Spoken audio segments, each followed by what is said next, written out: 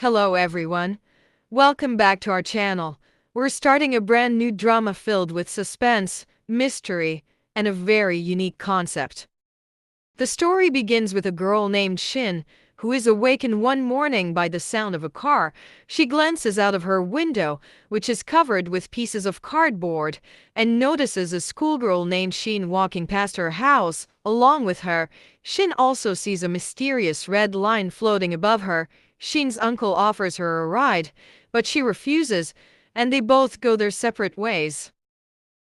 Moments later, Shin notices another girl standing nearby. This one is new to the neighborhood and also has multiple red lines above her.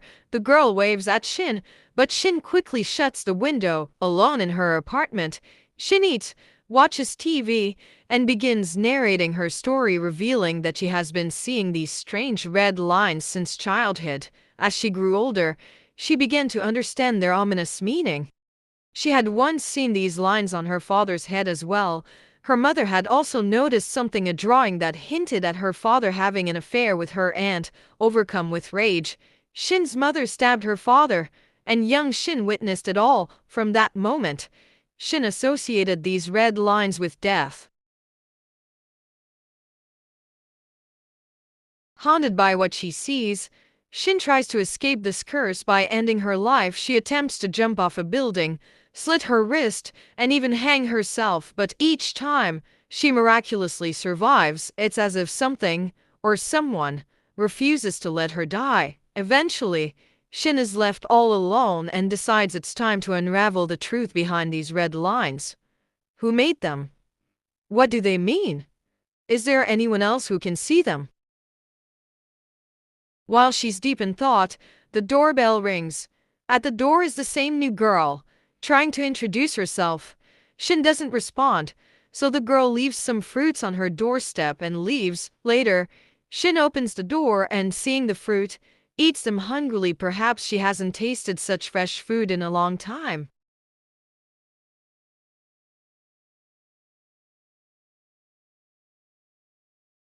We then shift to Juk, Shin's uncle, who is also a police officer. While parking his car at the station, he accidentally scratches his colleague Dong-sik's vehicle. Inside, he apologizes to Dong, and the two share some light banter. Another officer asks Juk what will happen to his niece if he gets married, teasing him.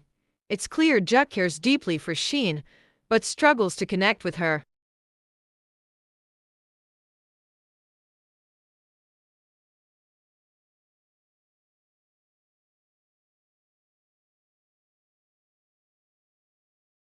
Back at school, Shin is being severely bullied by a girl named Kim Hai and her group on the rooftop. They accuse Shin of reporting them to the police, and when she stays quiet, they threaten to push her off the rooftop if she dares to snitch again.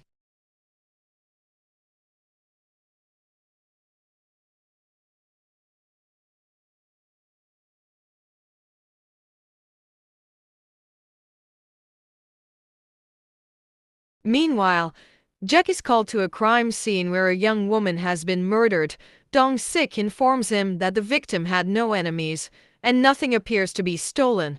It's a clean crime, suspiciously clean. A neighbor reported seeing a helmeted man who appeared to be a food delivery guy near the scene the night before.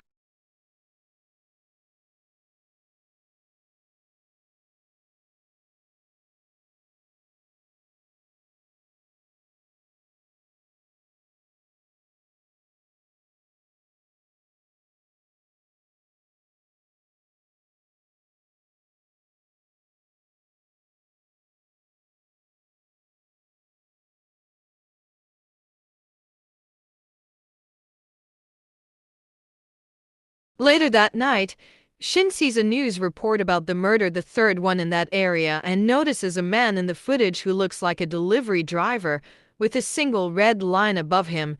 Shin knows this is rare. As she watches from her window, she sees the same man entering the building across the street, the one where the new girl lives.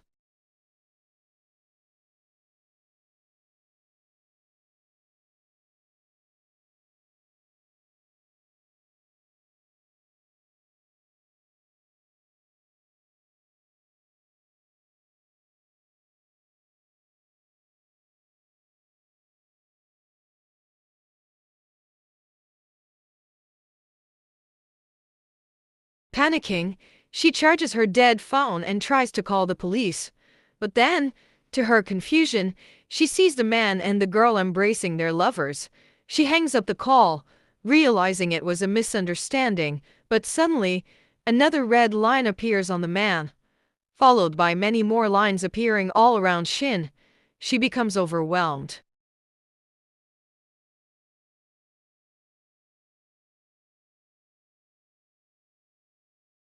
The next day, Kim Hai and her friends find Shin's locker empty and laugh after discovering a love letter inside. Meanwhile, Juk returns home to rest. Shin asks him for money, and when he gives her some, she coldly asks how much more he can give. He notices a bruise on her face, but she avoids his questions and storms off.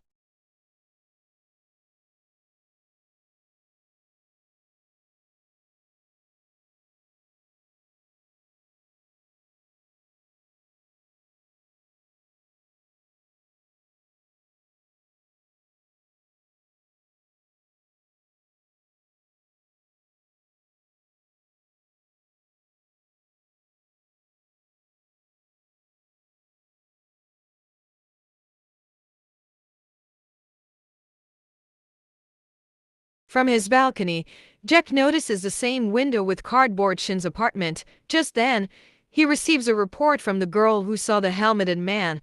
He heads to the apartment to investigate and knocks on Shin's door. Inside, Shin watches him and is shocked he has more red lines than anyone she's ever seen.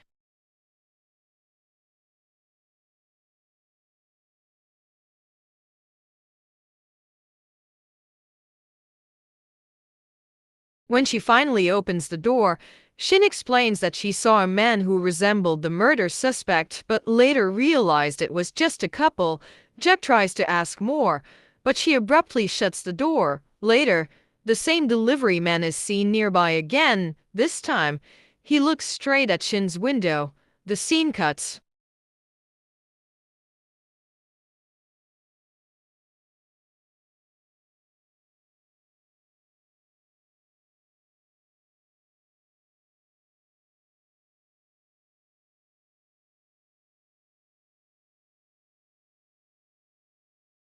Elsewhere, Sheen receives another threatening message from Kim Hai asking her to bring money to school. She sees a lady with a purse and almost steals it, but hesitates when she sees people nearby. She then notices her bullies approaching.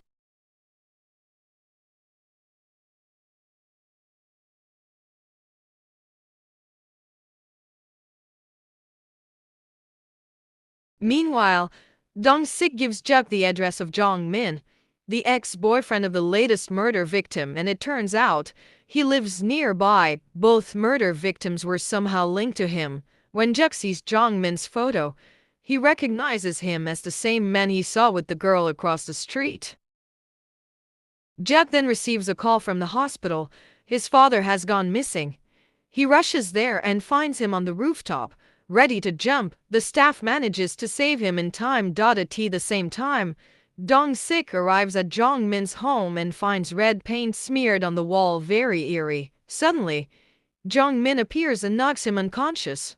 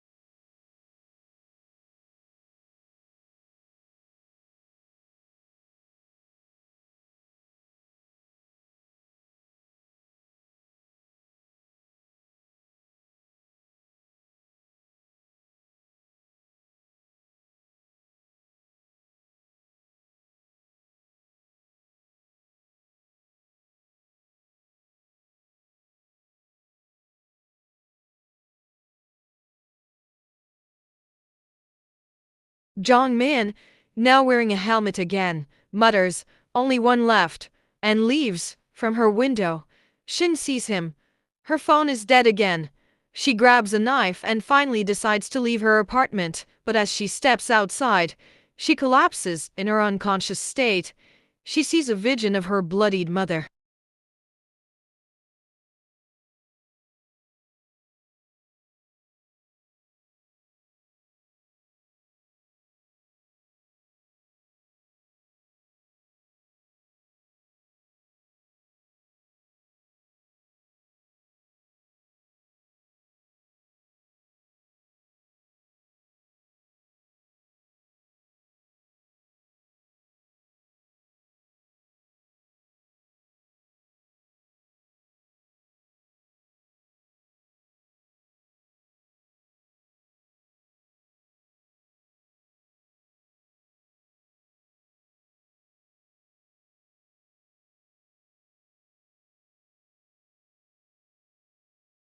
Meanwhile, the new girl opens her door, expecting her boyfriend, but it's Jong-min. She's shocked. Jong-min, who can also see red lines, tries to strangle her. At that moment, Shin arrives and pleads with him to stop. Jong-min mocks her and dares her to stab him. When she hesitates, he grabs her knife and stabs her instead.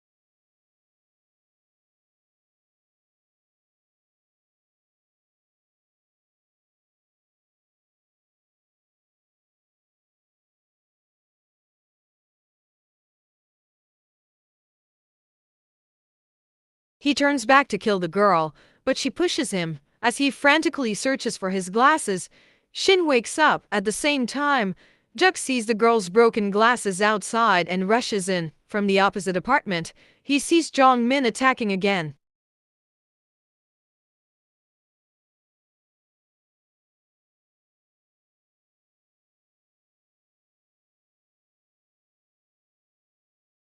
As Jong-min tries to stab the girl, Shin stabs him in the leg. In rage, he pulls out the knife and is about to attack Shin again, but Juk shoots him. Fatally wounded, Jong-min mutters, "The red lines. They're disappearing." Later, the police arrive. Shin is treated for her injuries. Juk returns her glasses and she remembers the red lines became visible to Jong-min only after he wore the glasses. She begins to suspect the glasses might be a key.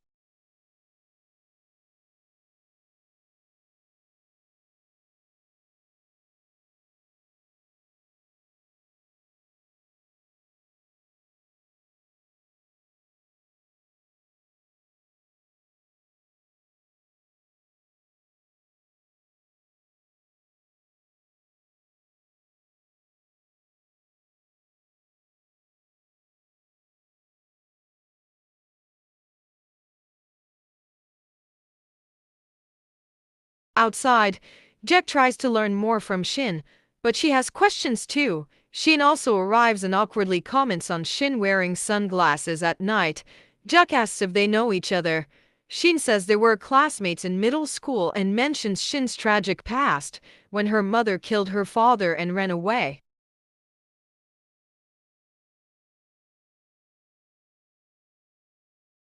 In the final scene, Shin sits alone on a rooftop.